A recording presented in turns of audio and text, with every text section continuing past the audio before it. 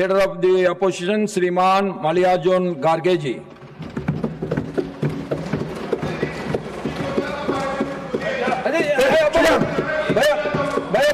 Please take your seat.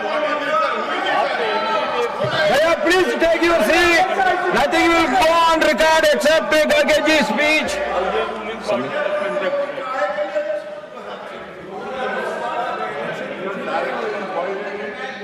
Don't get agitated. Let us hear the points of the speakers. Please listen.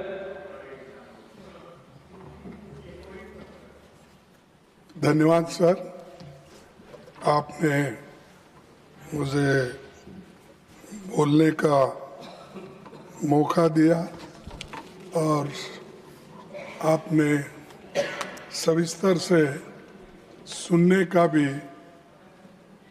बात यहाँ पर रखी, इसीलिए मैं अपने बात को ठीक ढंग से रखूँगा और मैं यही चाहता हूँ कि सरकार के लोग ठीक से सुने और इसका उत्तर वो ठीक से दे, यही मेरी अपेक्षा है और आप मुझे डेफिनेटली सपोर्ट करेंगे, ये मेरी आशा है। सर, मैं शुरू करता हूँ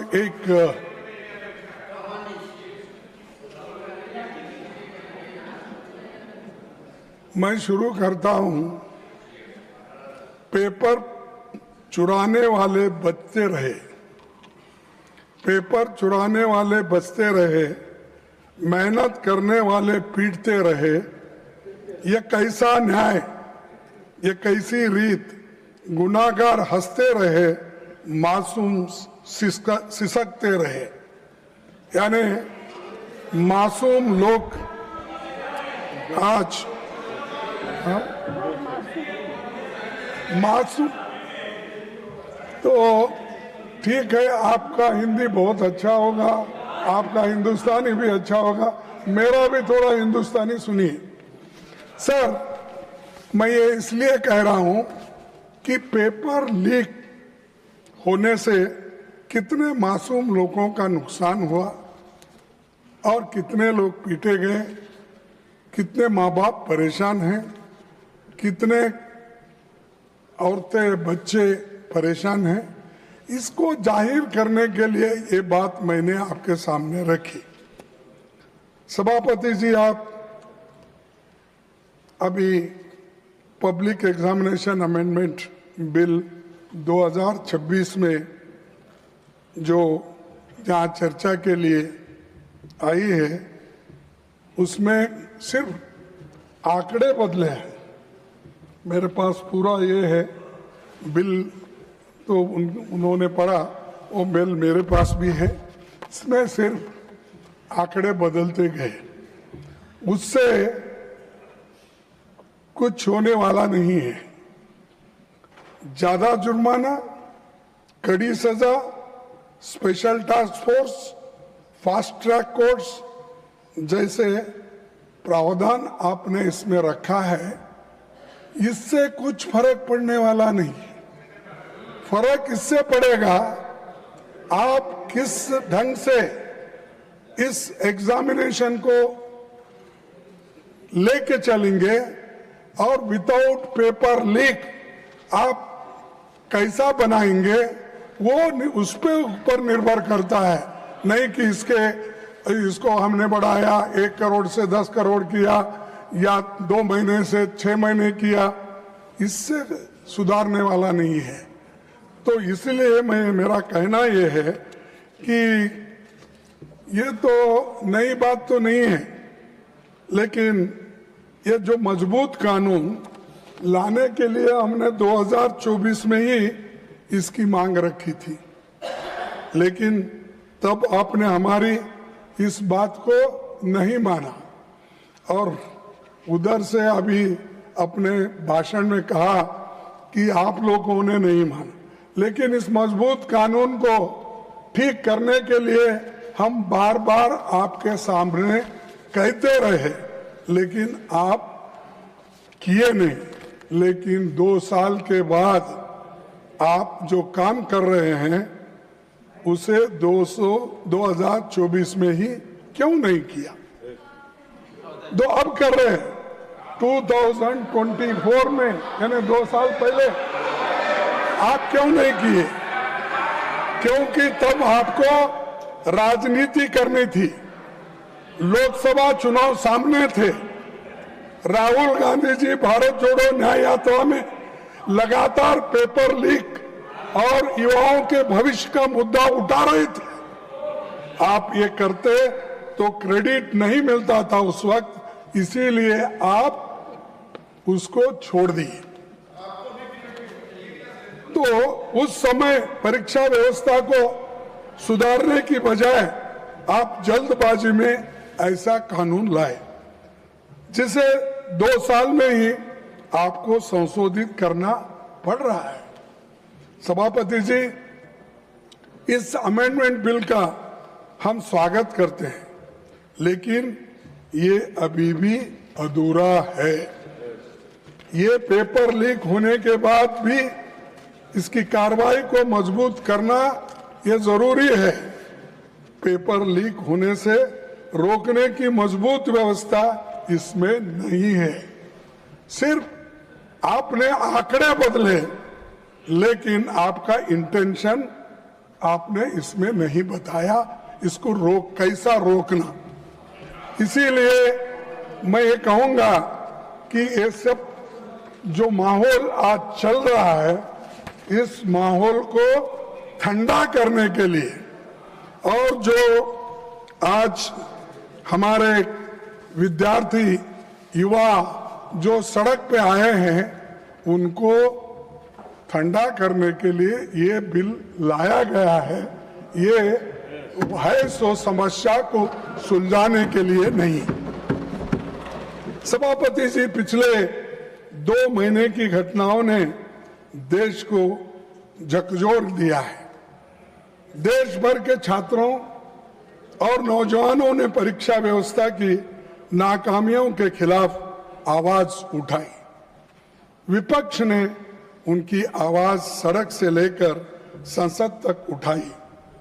बढ़ते जनदबाव के आगे सरकार को घुटने टेकने पड़े। मैं देश के छात्रों, नौजवानों को मुबारकबाद देता हूं।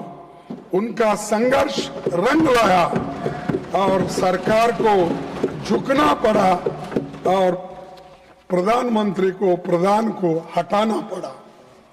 और इसीलिए ये युवाओं की ताकत है। और जब युवाओं की ताकत देखने के बाद हमारे सरकार को भी ये मालूम हुआ, अरे इससे ज्यादा अगर हम कुछ खींचतान करेंगे तो धागा टूट जाएगा और हमारी कुर्सी चले जाएगी। इसीलिए डर के आखिरी में उन्होंने युवाओं का जो डिमांड था उसको माना, लेकिन उसमें यह है, उसके पीछे है कि उनकी कुर्सी बचाने के लिए भी ये काम उन्होंने की, ना कि विद्यार्थियों के समस्या को समझाने के लिए, सुलझाने के लिए नहीं की।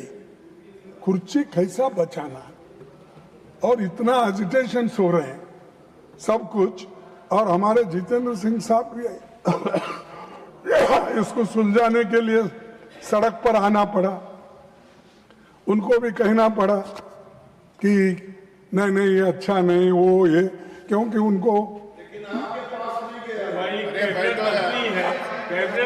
बैठे बैठे रहने को बेनती कर रहे हैं। मेरे पास भी झुक के एक दिन आएंगे, वो वक्त भी होगा। तो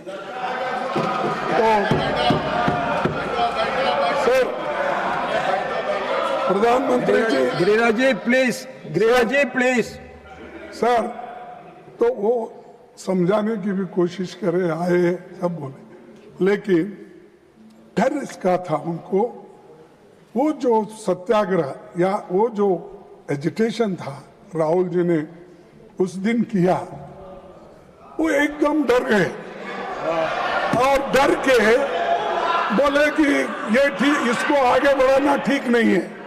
तब उन्होंने ये तय किया कि प्रधान को हटाया जाए, शिक्षा मंत्री को हटाया। तब ये एक उनका अंदरूनी विचार है, और आप किसी से भी पूछिए, वो दिल में उनके है लेकिन बाहर नहीं बोलते, क्योंकि मोदी जी अपने कुर्सी के लिए ये सब कुछ किए। ये कदम तभी उठाया जब छात्र पेपर लीक, परीक्षा की गड़बड़ियों और संस्थागत नाकामियों की बात कर रहे थे। तब सरकार ने उनकी बात सुनने की बजाय उनको अराजक कहा और हर सवाल को राजनीति से जुड़ा बताकर खारिज कर दिया था। तो ये मैं क्यों कह रहा हूं साहब, जब विद्यार्थी पहले ये पूछे, महीनों से वो लोग वहाँ सड़कों पे बैठे और महीनों से एजिटेशन कर रहे थे, अपनी बात रख रहे थे, उस वक्त आप क्यों नहीं पूछे?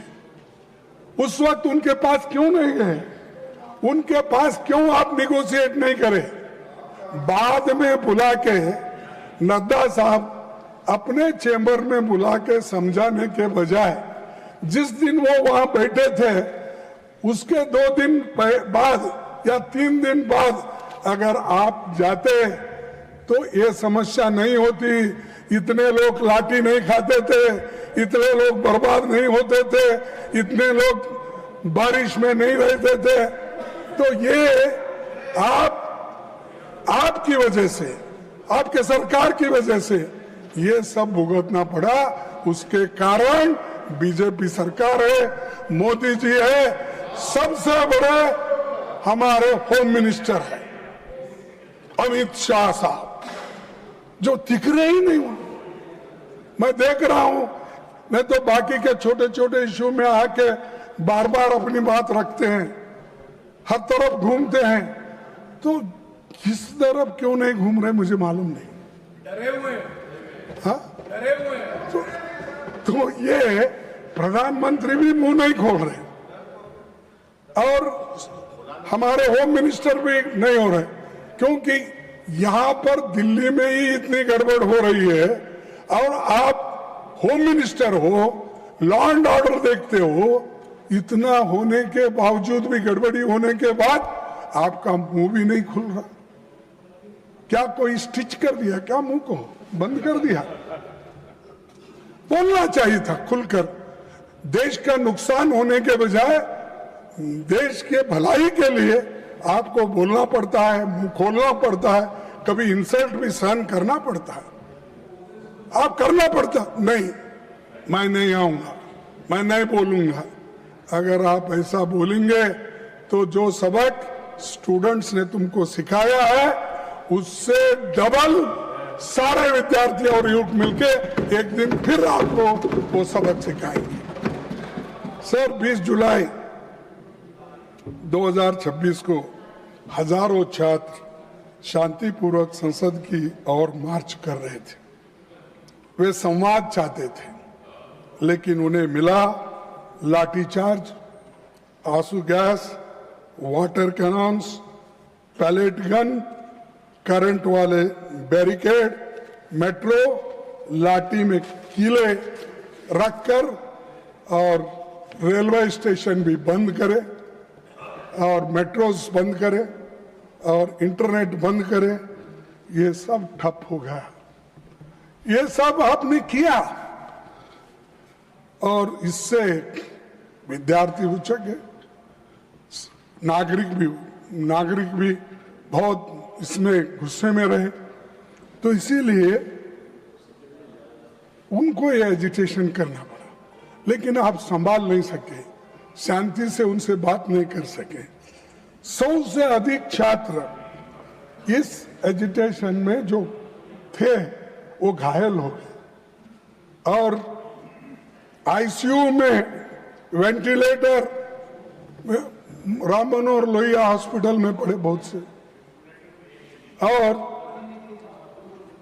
कई बच्चों को आंखों में वो पैलेट के छर्रे लगे, आंख पे लगे, पीछे लगे, आप सब देखे हैं, सब टीवी में आप बहुत देखते रहते हैं, आप देखे हैं। लेकिन ये देखकर हमको तो शर्म आई, उनको शर्म आया क्या नहीं मुझे मालूम नहीं।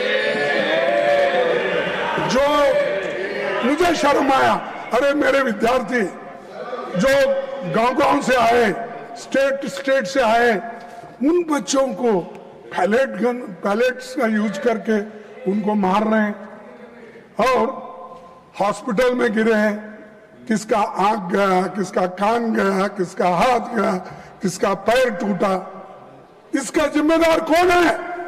इसका जिम्मेदार आप है, होम मिनिस्टर है। आप बंद कमरे में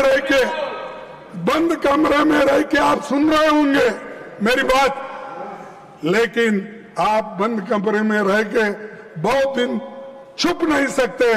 एक दिन हम बाहर खींच के लाएंगे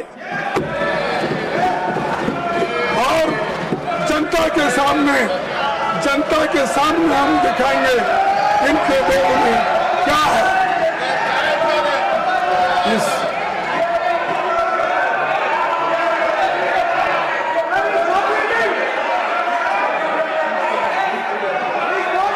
Now I call upon the leader of the House. All of you take your seat. All of you take your seat. All of you take your seat. Now I call upon the leader of the House. सभापति जी, एक minute, सभापति जी, एक minute. When he speaks, no. सभापति जी, I call. When he is speaking, if he wants, I will call him. When the leader of the House is speaking, if the leader of the opposition wants to intervene, I will call the leader of the opposition. सभापति जी, Please give. Yes. सभापति जी, leader of the opposition को हम शांति से सुन रहे हैं और प्रजातंत्र में शांति से सुनना ये हमारी जिम्मेवारी है सरकार की। लेकिन मेरा निवेदन है लीडर ऑफ ऑपोजिशन से कि वह तर्क के साथ भावावेश में ना आए और भावावेश में ऐसे शब्दों का प्रयोग न करें जो असंसदीय है। अभी जो उन्होंने एक वाक्य यूज किया वह असंसदीय है, उसे कार्रवाई से निकालना चाहिए और आगे भी आप भावनाओं में ना आए। वो मैं नहीं बोल सकता, वो मैं नहीं बोल सकता। Any unparliamentary by either side that will be expunged. No, don't insist on it. Please try to be within the framework so that the smooth, wonderful debate should take place. Sir, मैं कभी unparliamentary word इस्तेमाल नहीं किया। मैंने यही कहा, हम बोले तो जनशक्ति, जनन, लोग, विद्यार्थी, महिला, ये लोग। मैं नहीं ऐसा जाके मैं खींच लेके आता हूँ नड्डा साहब को, होम मिनिस्टर को, ये नहीं बोला। मेरा कहना ये है कि ये जनशक्ति आपको खींच के लाएगी। कम से कम आके सदन में बैठो, बोलो, सुनो, रिप्लाई दो। अब हमेशा हर चीज का हमारे पास हमदर्द बोल के कोई औषध था, तेज नहीं, जिंदा तिलिस्मात।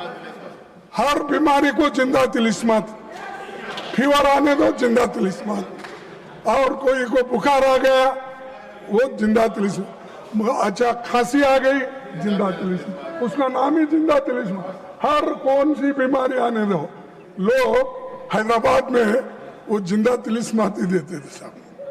तो वैसा इनके पास कोई नहीं।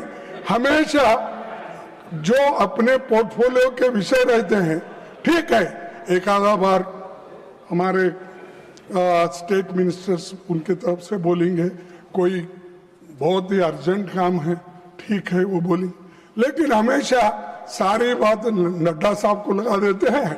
वो नड्डा साहब हर चीज का वो निभाते हैं। और उसके बाद अब जितेंद्र सिंह आए, हर चीज को उनको आगे करते हैं। और ये सब क्या है, ये है सब जिंदा तिलिस्मात का काम कर रहे हैं। छोड़ो सर, 20 जुलाई की घटना के तुरंत बाद सरकार को देश के सामने पूरी सच्चाई रखनी चाहिए थी, लेकिन हैरानी है कि इतनी बड़ी घटना के बाद भी आज तक मैंने कहा पीएम या